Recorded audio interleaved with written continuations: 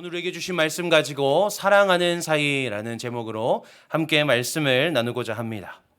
여러분은 누구와 사랑하는 사이이십니까?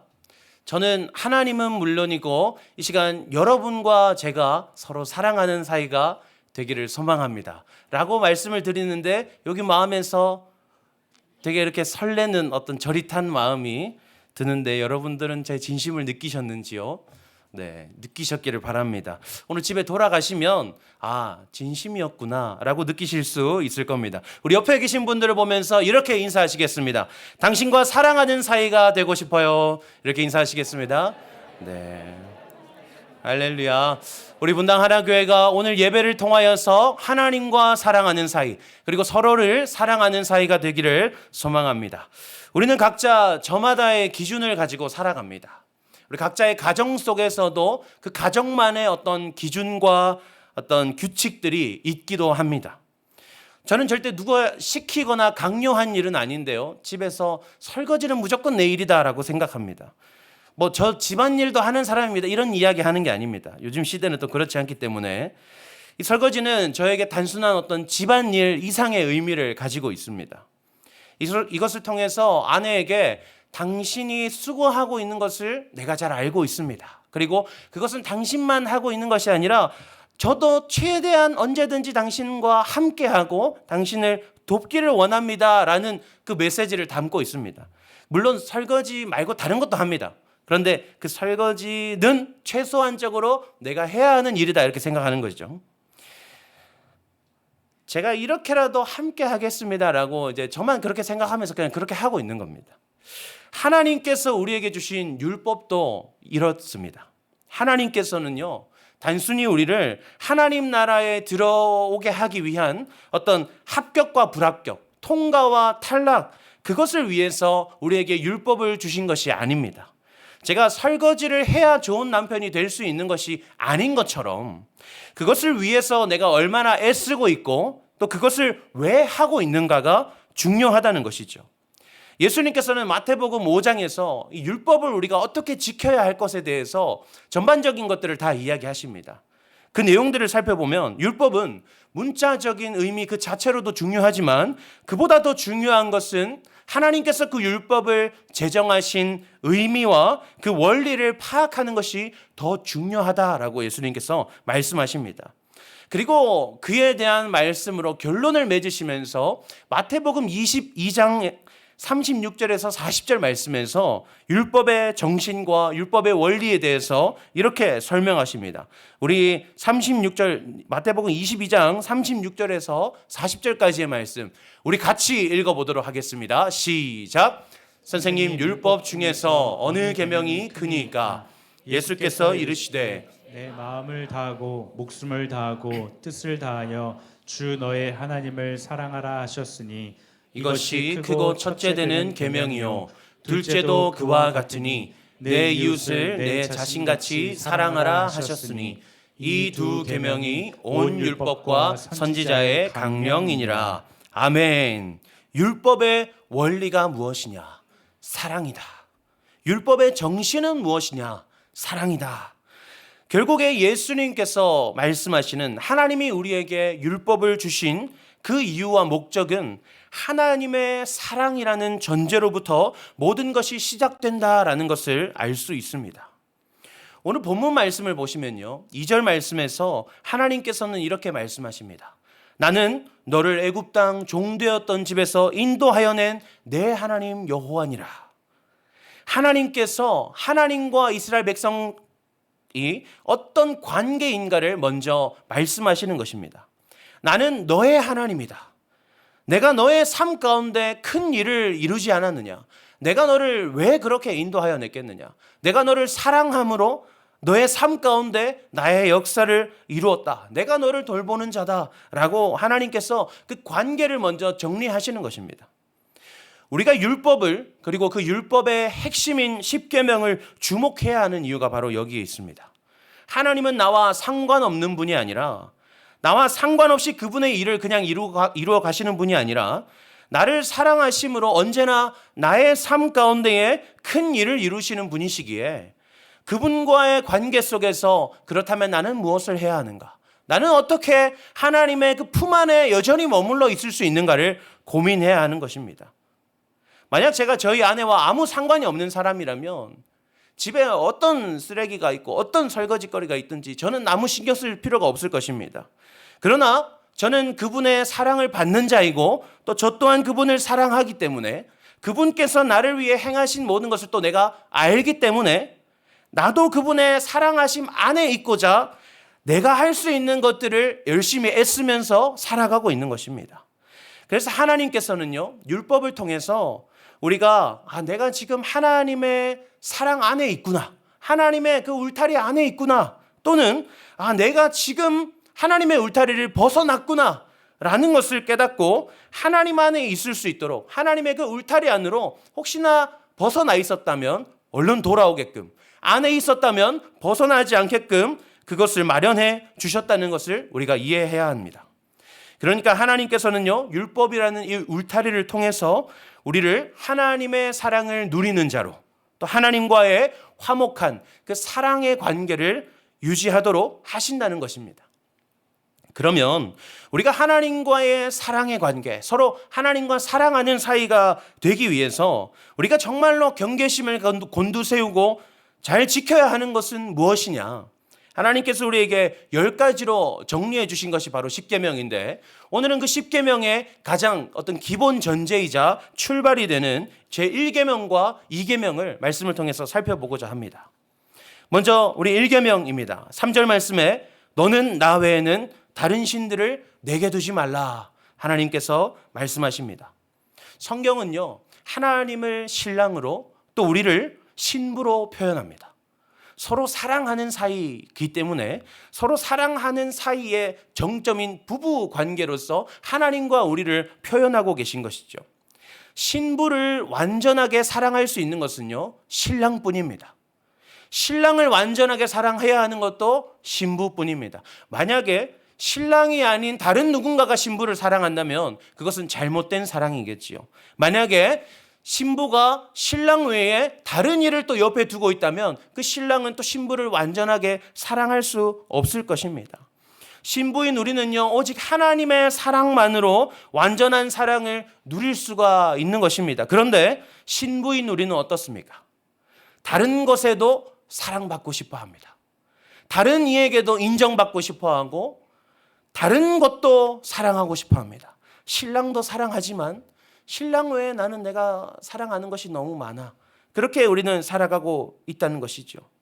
신랑이신 하나님께서 우리를 온전히 사랑하고자 하시는데 우리는 하나님을 사랑하지만 자꾸 나 홀로 있지 않고 그 하나님의 사랑의 범주 안에 내가 있으려고 하는 것이 아니라 나뿐만 아닌 다른 것들도 자꾸 집어넣으려고 한다는 것이죠.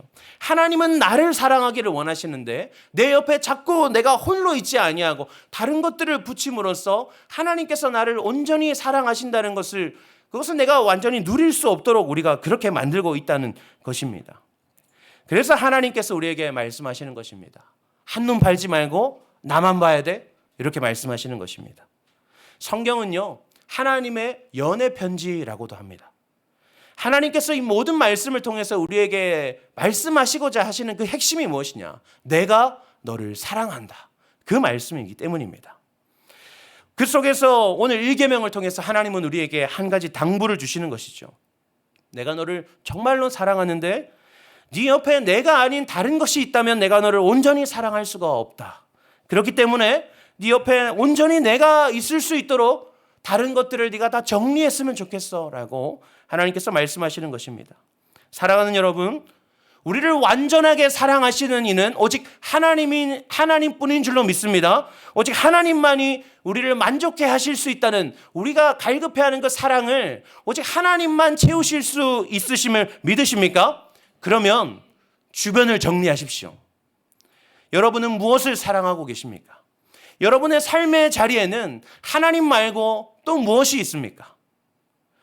정리하는 것은요, 쉬운 일이 아닙니다. 당장에 제 삶을 보더라도 사랑하는 가족들이 있고 또 제가 즐거워하는 취미 생활들이 있습니다. 그러나 항상 기도하는 것은요, 하나님, 저에게 그것들을 주셔서 너무너무 감사하지만 그것들이 결코 하나님보다 앞서지 않도록 하나님 인도해 주시옵소서. 하나님보다 앞서는 것뿐만 아니라 그것이 만약 하나님과 구분되어진다면 저에게서 그것을 뺏어가셔도 좋습니다. 저에게 주신 모든 것들은 하나님 오직 하나님의 사랑을 깨닫고 하나님의 사랑을 누릴 수 있는 범주 안에서만 저에게 허락해 주십시오 라고 기도합니다. 눈 돌리지 않고 주변을 잘 정리할 수 있는 방법은 무엇이냐면 내가 선택한 것이 얼마나 가치 있는 것인가를 깨닫는 것입니다.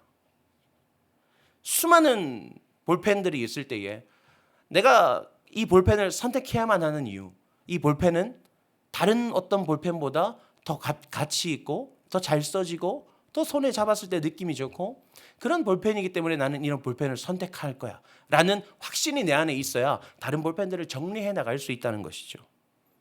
하나님보다 중요한 것은 없습니다. 제가 한때 하나님 앞에서 기도하면서 이렇게 묵상한 적이 있습니다. 하나님께서 제 삶에 주신 것들을 제가 한번 빼보겠습니다. 그래서 제가 가지고 있는 것들, 가진 건 별로 없지만 가지고 있는 것들을 하나씩 빼보았습니다. 빼다가 가족들도 빼기 시작했죠. 저에게 만약 가족이 없다면, 자녀가 없고 아내가 없고 부모님이 없고 그런 것이 없다면 내 삶이 어떻게 될까? 지금 이 순간 내 삶에서 그것들이 사라진다면, 내 건강이 사라진다면 내가 어떻게 될 것인가? 아쉽기도 하고 슬프기도 했습니다. 또 어떤 것들은 상상하니 좀 절망스럽기도 했고요. 하나님을 원망할 수도 있을 것 같았습니다. 그런데 살 수 있을 것 같더라고요. 그래도 결국엔 괜찮을 것 같더라고요. 그런데 하나님을 빼보았습니다. 마지막에 이제 내가 하나님을 빼보자. 하나님을 빼보니까 살 수가 없었습니다. 그 어떤 것이 사라져도 여전히 내 삶을 바치고 있는 기둥이 있었는데 하나님을 빼니까 그 기둥이 무너지더라고요. 나는 너를 애굽 땅 종되었던 집에서 인도하여 낸 내 하나님 여호와니라. 하나님께서 내게 베푸셨던 그 놀라운 기적들을 절대 외면할 수 없고 무시할 수가 없었던 것입니다. 그리고 그 묵상 가운데 하나님께서 내게 이루신 일의 정점은 바로 예수 그리스도의 십자가를 통한 구원에서 그 정점을 찍었습니다. 내가 이 순간 하나님 앞에 기도할 수 있는 이유가 무엇인가? 내가 이 순간 행복하게 살고 내가 이 순간 기쁨을 누릴 수 있는 이유가 무엇인가? 나에게 많은 것이 있지 않지만 내가 적은 것으로도 감사하며 내 삶이 충만하다. 내 삶은 하나님께서 완전하신 삶이다 라고 말할 수 있는 그 고백의 근원이 무엇인가? 내게 있는 다른 어떤 것이 아니라 예수님께서 나에게 새로운 생명을 허락하셨기 때문에 영원한 생명을 약속하셨기 때문에 내가 지금 행복할 수 있고 기쁠 수 있구나 라는 것을 묵상하게 되었습니다. 사랑하는 여러분, 십자가를 통해서 하나님께서 얼마나 나를 사랑하셨는가를 기억하는 여러분이 되기를 소망합니다. 그것만이 내가 지켜야 할 유일한 가치이다. 그것만이 내 삶을 지탱하는 유일한 가치이다 라는 사실을 우리가 기억하기를 소망합니다. 이것보다 중요한 것은 없습니다. 이것보다 더 필요한 것도 없습니다. 이것보다 나를 더 살게 하고 이것보다 나를 더 행복하게 하고 이것보다 나를 더 만족하게 하는 것은 없는 줄로 믿습니다. 오직 예수 그리스도를 바라봄으로 하나님을 선택하고 그분의 사랑하심을 완전히 누리는 우리가 되기를 소망합니다. 그리고 2계명입니다. 4절 말씀에 너를 위하여 새긴 우상을 만들지 말고 라고 말씀하십니다. 1계명과 2계명은요 계속해서 하나님과 우리를 사랑하는 사이에 대해서 말하고 있습니다. 하나님과 우리의 그 사랑하는 관계에 대해서 이야기하고 계십니다. 1계명이 우리가 하나님만 사랑해야 한다라는 것을 깨닫게 했더라면 2계명은요 우리가 하나님을 그러면 어떻게 사랑해야 하는지, 우리가 하나님을 사랑하는데 그 사랑함 속에서 무엇을 또 주의해야 하는지를 가르쳐 주십니다. 2계명에서는 너를 위하여 새긴 우상을 만들지 말고라고 이야기합니다. 우상을 만들지 말고라는 내용을 보면 우리는 성경에서 이스라엘 백성들이 황금 송아지를 만들었던 그런 모습을 상상하기도 하고요. 또 아니면 물을 받아놓고 기도하는 모습이나 왜 나무에 대고 절을 하는 모습이나 우리가 그런 모습들을 생각하고는 합니다. 그런데요, 요즘에 누가 그런 일을 합니까? 2024년을 살아가는 우리와는 상관없는 이야기처럼 보입니다. 그래서 이 계명을 바라볼 때에 우리는 뭐 저 계명과는 별로 상관이 없지. 우리는 뭐 신상 만들지 않는데 라고 생각하기도 합니다. 그러나 이 말씀은 물질적인 형상만을 이야기하는 것이 아닙니다. 우리는 마음으로 또 생각으로 하나님의 형상을 만들고 그 내가 만든 형상으로 하나님을 바라보고 있지는 않은지를 돌아보아야 합니다. 사랑하는 사이가 서로 깊어지려면 중요한 것 중에 하나는 서로 오해하지 않는 것입니다.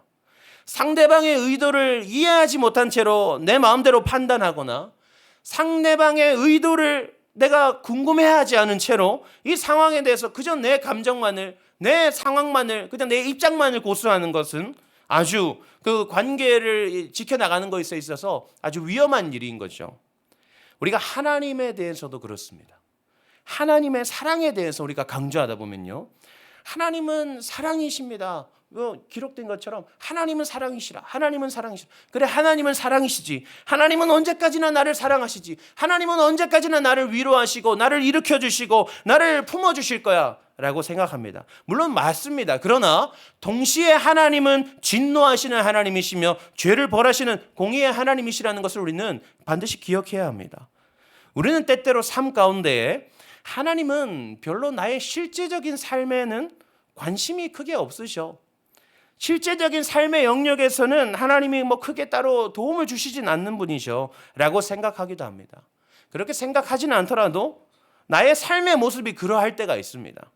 그래서 하나님은 교회와 신앙의 영역에서만 나에게 관여하시고 현실은 나의 노력으로 살아가야 한다고 생각하는 때가 있다는 거죠. 그러나 하나님께서는요, 이스라엘 백성들이 광야길을 걸어갈 때에 만나와 메추라기로 그들의 배고픔을 해결하셨습니다.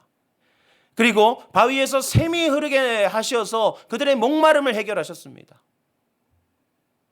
우리가 큐티하고 있는 열왕기야 그 말씀에서 가난한 과부의 그 가난함을 하나님 회복시키기 위해서 그 그릇에 기름이 넘치게 하셨습니다.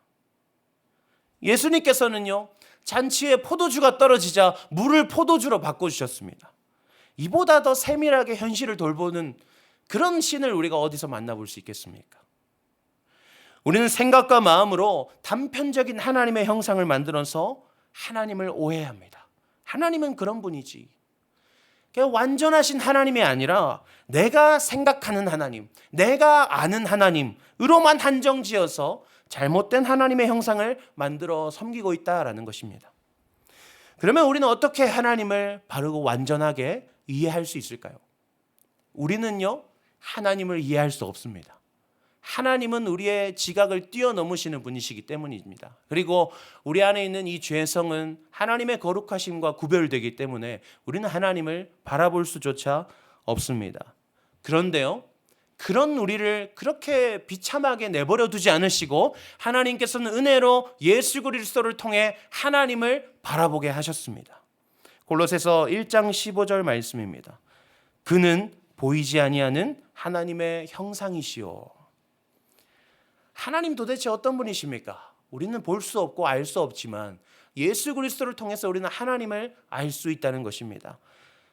예수님의 제자 빌립도 하나님이 너무 궁금했나 봅니다. 요한복음 14장 8절에서 이렇게 질문합니다. 빌립이 이르되 주여 아버지를 우리에게 보여주옵소서. 그리하면 만족하겠나이다.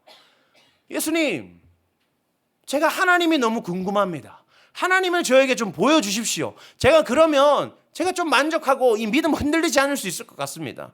그러자 예수님께서 이렇게 대답하십니다. 9절 말씀에 예수께서 이르시되 빌립아, 내가 이렇게 오래 너희와 함께 있으되 네가 나를 알지 못하느냐? 나를 본 자는 아버지를 보았거늘 어찌하여 아버지를 보이라 하느냐? 우리는 예수 그리스도를 바라봄으로 하나님의 참된 모습을 바르게 이해할 수 있는 것입니다. 그러면 또 문제가 있습니다. 그럼 예수님은 어떻게 바라보는가? 예수 그리스도를 통해 하나님을 이해할 수 있고 예수 그리스도를 통해 하나님을 알 수가 있는데 그러면 예수님은 우리가 어떻게 바라볼 수 있느냐? 요한복음 1장 14절 말씀, 우리 잘 아는 말씀 함께 읽어볼까요? 시작. 말씀이 육신이 되어 우리 안에 거하심에. 아멘. 말씀이신 하나님께서 육신을 입어 이 땅에 오신 예수 그리스도. 그 말은 예수 그리스도를 우리가 어떻게 알 수 있느냐? 말씀을 통해 알 수 있다는 것입니다. 하나님께서는요, 말씀을 통해 자신을 계시하셨습니다. 우리에게 보여주셨습니다. 우리는 말씀을 통해 예수 그리스도를 발견하고 그 예수 그리스도를 통해 하나님을 바라볼 수 있다는 것입니다. 제가 중학교 3학년 때부터 허리 디스크가 이렇게 도져가지고 치료받으면서 이렇게 살았었습니다. 그러다가 이제 너무 악화가 돼가지고 20살 가을쯤에 이제 수술을 하게 됐습니다. 수술을 했는데도 수술하고 집에 돌아오니까 너무 아프더라고요.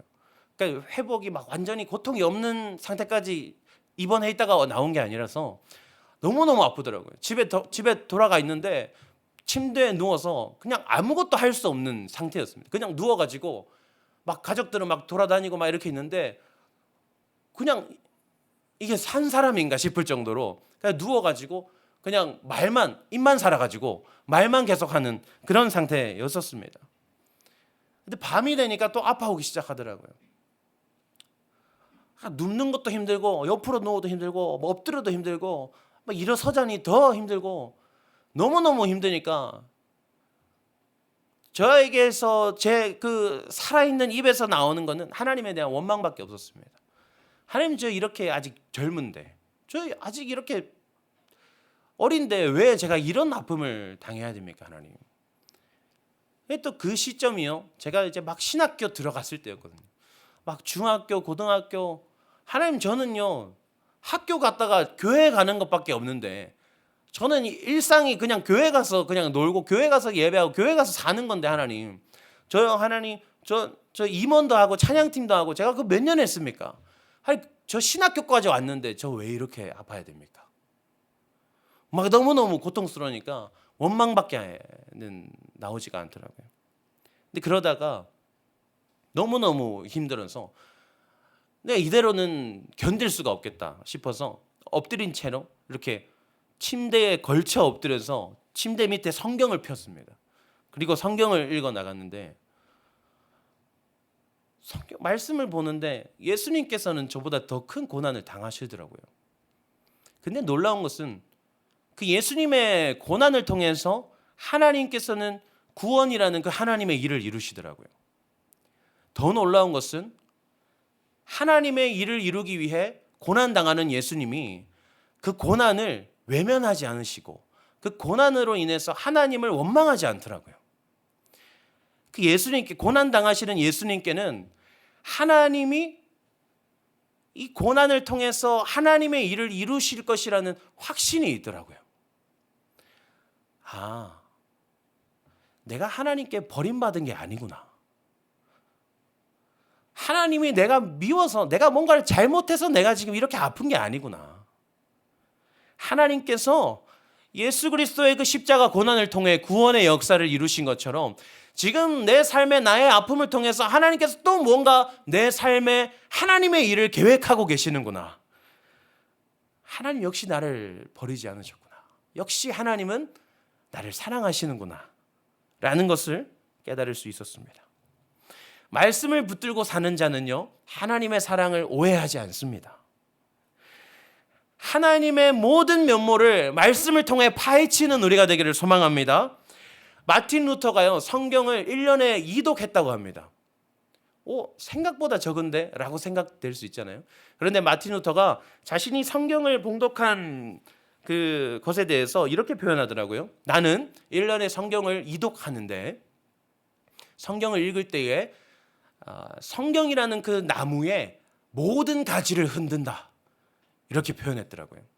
그러니까 말씀을 살필 때에 그냥 읽어나가는 것도 좋지만 물론 우리에게 유익이 있지만 그 말씀 한 절 한 절, 한 단어 사이에 담긴 하나님의 마음과 하나님의 계획하심, 하나님의 뜻하심을 발견하기 위해서 애를 쓰면서 그 말씀을 읽어나갔다는 거죠. 혹시 내가 하나님을 오해하고 있지는 않을까? 혹시 내가 여전히 하나님에 대해 아직 알지 못하는 것이 있지는 않을까? 내가 이 말씀을 통해서 하나님을 발견하겠노라. 내가 이 말씀을 통해 하나님을 더 깊이 이해하겠노라. 내가 이 말씀을 통해서 이 땅과 내 삶 가운데 일어나는 이 문제들의 역사하시는 하나님을 발견하겠노라. 그 마음을 가지고 말씀을 대했던 것입니다. 우리가 살아가다 보면 가장 처량할 때는 누군가의 사랑을 받지 못할 때라고 생각이 됩니다. 아내가 가장 처량한 때는 남편의 사랑을 받지 못할 때입니다. 남편도 마찬가지죠. 부모가 가장 처량한 것은 자녀가 부모를 사랑해주지 않을 때이고, 자녀는 부모의 사랑을 받지 못할 때 가장 처량함을 느낍니다. 우리는 사랑하되 사랑받지 못하는 자의 마음을 알고 있는 거죠. 근데 그보다 더 크신 사랑을 우리에게 베푸신 분이 너무도 처량하게 우리를 바라보고 계십니다. 이제는 더 이상 하나님을 홀로 두지 않는 우리가 되기를 소망합니다. 놀라운 것은요, 서로 사랑하면 그 사랑을 더 깊어져 갑니다. 서로 사랑하면 그 사랑은 더 커져 갑니다. 어떻게 우리가 이렇게까지 사랑할 수 있지? 어떻게 사랑이 이렇게나 큰 거였어? 사랑할수록 깊이 깨달아지는 것이 사랑입니다. 하나님과 우리의 사랑이 날마다 깊어져서 우리 삶 가운데 차고 넘치게 되기를 소망합니다. 오늘 우리에게 주신 믿음의 고백, 우리 함께 고백하겠습니다. 우리 같은 목소리로 함께 고백하겠습니다. 시작. 이제는 하나님을 외롭게 하지 않겠습니다. 하나님 사랑을 더 많이 누리고 하나님을 더 많이 사랑하겠습니다. 우리 서로 사랑해요.